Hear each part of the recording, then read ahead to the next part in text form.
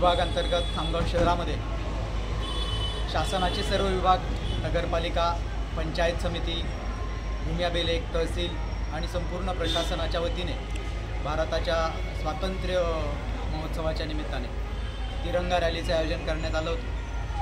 ही तिरंगा रॅली सर्व विभागांच्या सहकार्याने शहराच्या प्रमुख रस्त्यावरून काढण्यात आली।